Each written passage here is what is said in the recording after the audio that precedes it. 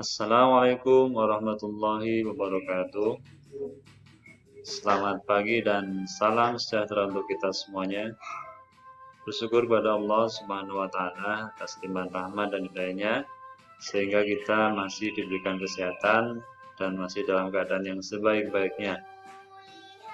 Baik anak-anakku kelas 5 yang Pak Tristan sayangi, untuk hari ini pertemuan kita ya. Jadi pada bab 2. Jadi kita untuk hari ini akan menjelaskan tentang materi TK bab 2. Jadi tolong anak-anak kelas 5 yang sudah memiliki buku untuk segera dibuka dan kita bahas bersama-sama. Dan bagi yang belum silahkan disimak ya, jadi akan nanti informasinya bisa diterima dengan baik. Baik anak-anak, untuk mempersingkat waktu, marilah kita buka dulu ya, bukunya kalian buka dan Pak Tris buka presentasinya ya. Baik anak-anak, untuk bab 2 ini kita pelajari tentang membuat presentasi dengan Microsoft PowerPoint ya. Jadi membuat presentasi dengan Microsoft PowerPoint.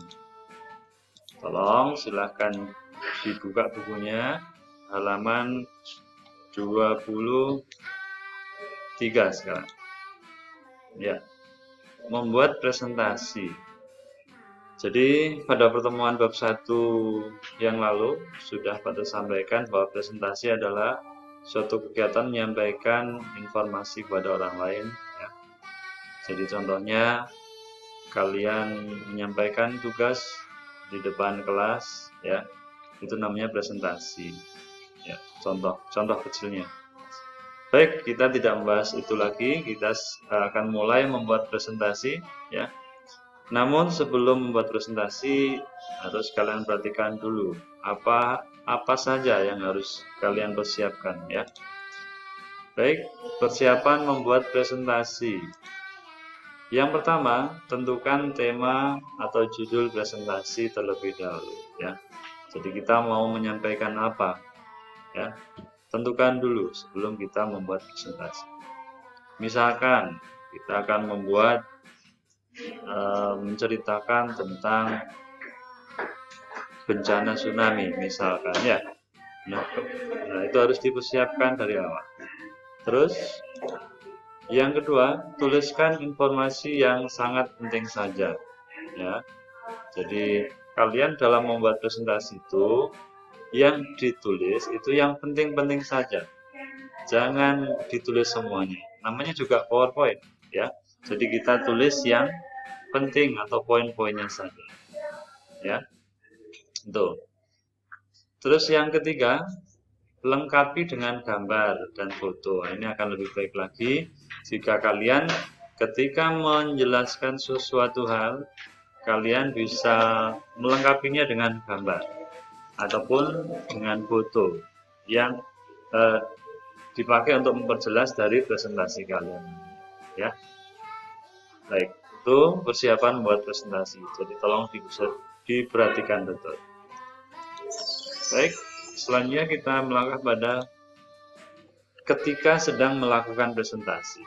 Tadi kan persiapan. Sekarang ketika kalian sedang melakukan presentasi, apa saja yang harus kalian lakukan? Yang pertama, ucapkan salam pembukaan. Pasti ya. Jadi kalau kalian mau berbicara di depan orang, di depan audiens atau peserta seminar ataupun presentasi, kalian harus mengucapkan salam dulu. Salam pembukaan ya. Boleh Assalamualaikum, atau misalkan selamat pagi, selamat siang, selamat malam, atau yang lain yang menyesuaikan ya. Itu untuk salam pembukaan. Terus yang kedua, gunakan bahasa yang sederhana untuk memulai bercerita ya. Jadi kalian gunakan bahasa yang biasa saja ya untuk menjelaskan presentasi yang akan kalian sampaikan ya. Dan kalian juga harus bisa melihat siapa peserta presentasi kalian ya. Jadi jangan dianggap sama semuanya. Jadi kalian sedang berbicara di depan siapa. Kalau misalkan di depan anak kecil-kecil, ya kalian harus menyesuaikan siapa yang ada di depan kalian. Kalau misalkan pesertanya orang yang pinter semua, yang sudah sudah paham dengan bahasa-bahasa asing atau istilah-istilah yang yang asing ya, yang mungkin istilahnya ilmiah ya, tidak apa-apa kalian gunakan bahasa-bahasa yang seperti itu ya. Tapi kalau misalkan pesertanya biasa-biasa saja ya, kalian gunakan bahasa yang sederhana gitu ya. Jadi tujuannya adalah agar apa yang akan kalian sampaikan bisa diterima oleh peserta atau oleh audiensnya ya. Baik. Yang ketiga, ucapkan terima kasih atau salam penutup. Nah, ini harus kalian lakukan setelah presentasi kalian selesai. Materi sudah kalian sampaikan semua, mungkin sudah ada sesi tanya jawab dan sudah kalian jelaskan semuanya. Nah, maka terakhir kalian harus mengucapkan terima kasih ya, dan ditutup dengan salam penutup. Begitu ya. Nah, itu adalah ketika melakukan presentasi. Terus yang berikutnya, langkah membuka Microsoft PowerPoint. Ini pada bab pertama sudah dijelaskan juga, langkahnya masih sama ya. Jadi yang pertama adalah klik logo Windows, kemudian All Program, Microsoft Office, Microsoft PowerPoint ya. Jadi itu langkahnya. Jika langkah kalian benar, maka akan tampil seperti pada halaman berikut ini, tampilan Microsoft PowerPoint. Nah, tampilannya seperti itu ya. Jadi mungkin bagi kalian yang di rumah sudah mencoba-coba ya, silahkan dibuka lagi sambil kalian memperhatikan apa yang Pak Tu sampaikan ya. Itu tampilan dari PowerPoint seperti itu ya. Jadi untuk bab 2 ini nanti kita akan praktek ya, ataupun Pak Tu menjelaskan tentang cara menggunakan PowerPoint-nya. Jadi bagi kalian yang di rumah ada perangkat komputer dan ada programnya, silahkan bisa dipakai ya, gitu. Tapi untuk pertemuan pertama ini bagian pertama ya. Nanti untuk bab 2 ini mungkin Pak Tu sampaikan sebanyak 3 kali pertemuan ya, 3 kali tatap muka. Jadi ini yang pertama untuk kalian simak dulu ya. Jadi tampilannya seperti pada gambar seperti ini ya. Terus berikutnya, nah sekarang ketika kalian akan membuat presentasi, kalian juga bisa menggunakan atribut huruf ya. Jadi tujuannya apa? Agar presentasi kalian lebih menarik dilihatnya ya. Jadi atribut huruf ini yang mengatur tentang huruf. Apa saja? Jadi yang pertama adalah ini dibuat tabel ya. Jadi macam-macam atribut huruf pada Microsoft PowerPoint. Yang pertama kolibri, nama ikonnya font. Gunanya untuk membuat bentuk huruf. Contohnya seperti ini tampilannya. Nah, ini tampilannya ya. Ini ada di sini. Ini ya. Ini adalah untuk font, bentuk huruf ya.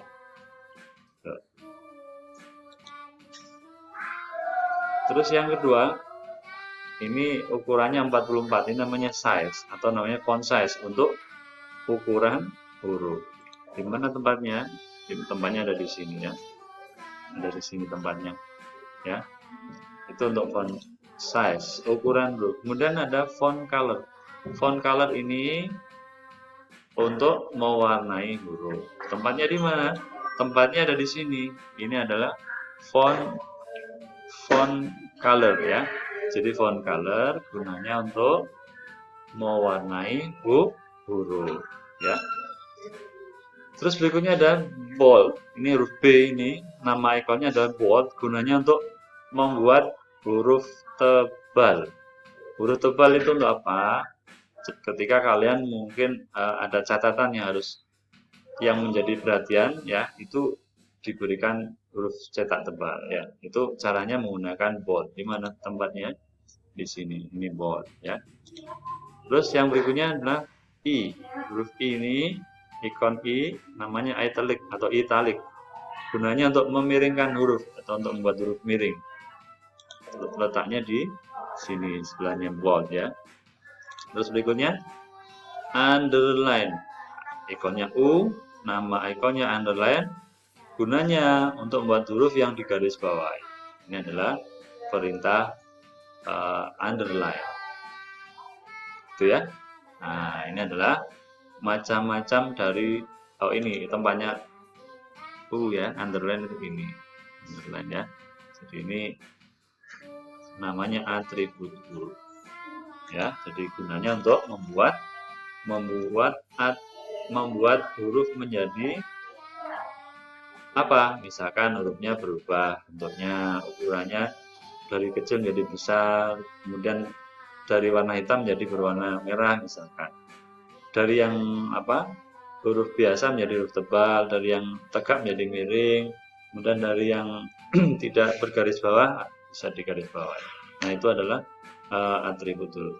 Baik, kita lanjutkan. Sekarang menambah slide baru. Jadi materi kita ya untuk bab 2 pertemuan pertama ini itu ada 2 yang patut sampaikan, yaitu atribut huruf dan menambah slide nantinya ya. Caranya bagaimana? Nah, ini kalian harus berada pada menu home. Berada pada menu home ya. Nah, setelah kalian berada di menu home, kalian klik ikon new slide ya. Ikon new slide. New slide ikonnya seperti apa? Seperti ini. Nah, ikon new slide ada di menu home ya. Nanti kalian klik ini saja, nanti akan menambah apa? Menambah slide-nya. Kalian masih ingat kan bagian slide di mana? Slide itu yang berada di tengah itu ya. Atau pengertian slide adalah gunanya tempat untuk mengetikkan tempat untuk membuat presentasi. Ya, itu adalah slide. Ya, gitu. Nah, ya, bersambung dulu materi kita. Jadi sampai pada sampai pada menambahkan slide dulu ya. Jadi itu yang patut sampaikan di pertemuan pertama ini ya. Jadi kalian tetap harus mengikuti sehingga kalian nanti ketika praktek tidak akan menemukan kesulitan nantinya ya. Semoga kita selalu diberikan kesehatan ya, dan semoga virus corona segera hilang ya, sehingga kita bisa masuk ke sekolah dan kita bisa praktek bersama ya. Baik, setelah materi ini patut sampaikan, ada tugas yang harus kalian kerjakan ya. Nah, ini kalian kerjakan nanti ya. Di mana? Kalian kerjakan di pada kertas folio bergaris ya. Kalian kerjakan, nanti kumpulkan hasil jawaban bersama dengan tugas-tugas yang diberikan oleh guru kelas ya. Patris tidak meminta foto ya, tidak usah difoto dan tidak usah dikirim ya. Jadi kalau masih ada yang mengirim tugas ke Pak Tris melalui WA ataupun aplikasi yang lain, Telegram misalkan, berarti tidak memperhatikan perintah ya. Jadi Pak Tris tidak menerima foto dari kalian ya. Jadi untuk pertemuan kali ini tugasnya tidak difoto tapi dikumpulkan bersama dengan tugas-tugas yang lain. Gitu ya. Baik. Terima kasih atas perhatian kalian semuanya. Ya. Jadi jangan lupa di-like, subscribe. Ya, ini yang penting di-subscribe dulu bagi yang belum ya. Jadi yang sudah terima kasih ya. Kemudian di-like, kemudian di-share ke teman-temannya maksudnya ya. Nah, itu saja dari Patris, semoga bermanfaat. Kurang dan lebihnya mohon maaf. Patris akhiri. Assalamualaikum warahmatullahi wabarakatuh.